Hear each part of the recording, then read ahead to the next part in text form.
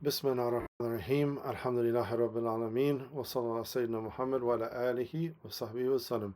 Assalamu alaikum, friends, and welcome to the first beginning episode of Ummah Builders.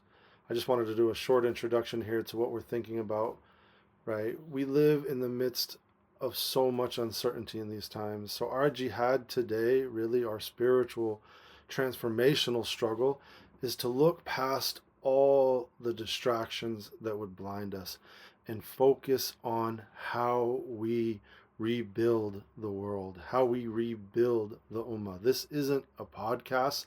This is a call for each of us to be ummah builders. I just got off the phone with my good friend Chris Abdurrahman Blauvit, the CEO and founder of LaunchGood, someone I've been blessed to know now for more than a decade. And we talked about ecosystem building. We talked about genocide. We talked about what we have faced is generations of genocide, hundreds of years of genocide that have forced our community to look outside of itself for tradition, as if this empty vessel of westernized life could somehow fill up the heart of the Muslims, when only the love of Allah can fill our hearts.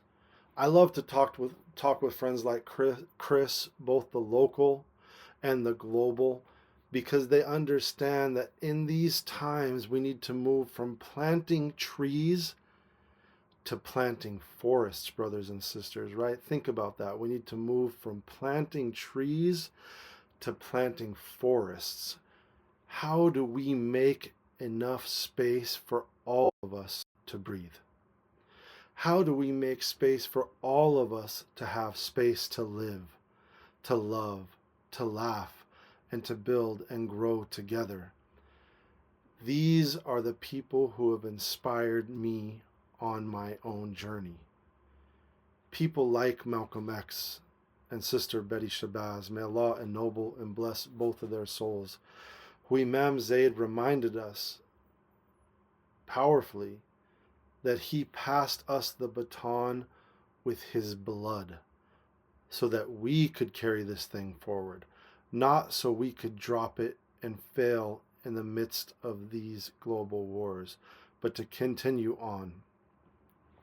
This story is about the faith leaders, the Shaykhas and the Shaykhs, the Imams and the local faith leaders, the entrepreneurs, the movement builders, the creatives, the educators, the technologists, the artists, all of those people for working for more than just themselves. Those people who are thinking not just about how they plant their individual tree for their family, but how we plant forests so that we can all breathe. Because we understand that this struggle is a multi-generational struggle. For some of us who are converts, we understand that it was a dua of an ancestor. Then Islam was lost in our families for hundreds of years. Like, I have ancestry all the way back to Sicily. And Sicily, of course, was filled with the Malikis for 700 years. That ancestry goes also to North Africa.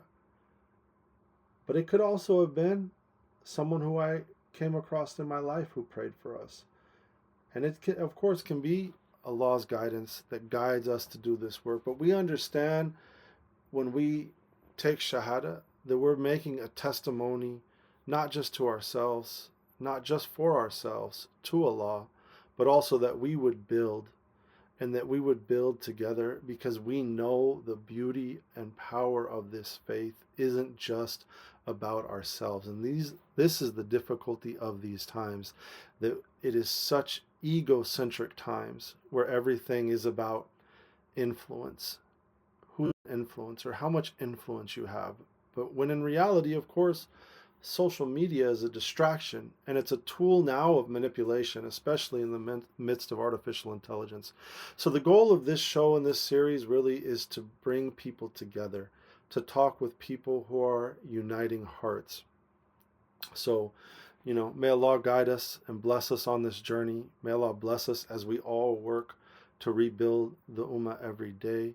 May Allah bless you in your own visioning and thinking about what you want to do in your life, how you bring these things into reality. Because I'm telling you, brothers and sisters, if you get to work and you focus and you have a good opinion of people, right? This is part of the difficulty of these times, is that there's so much manipulation happening online and in person. Don't respond to these comments online, because you don't even know if this person is real or not in many cases. That our communities are being manipulated at every layer. Government infiltrators, corporate paid infiltrators, right, oftentimes, who come into our communities, let alone the bot farms that exist around the world to manipulate us online. So don't let the manipulation get you down.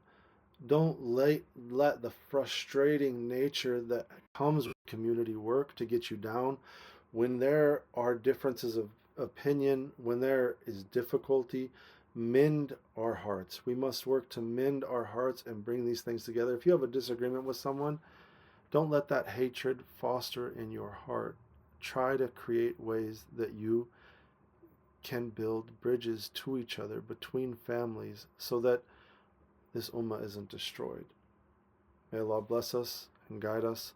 Assalamu alaikum rahmatullahi wa barakatuh.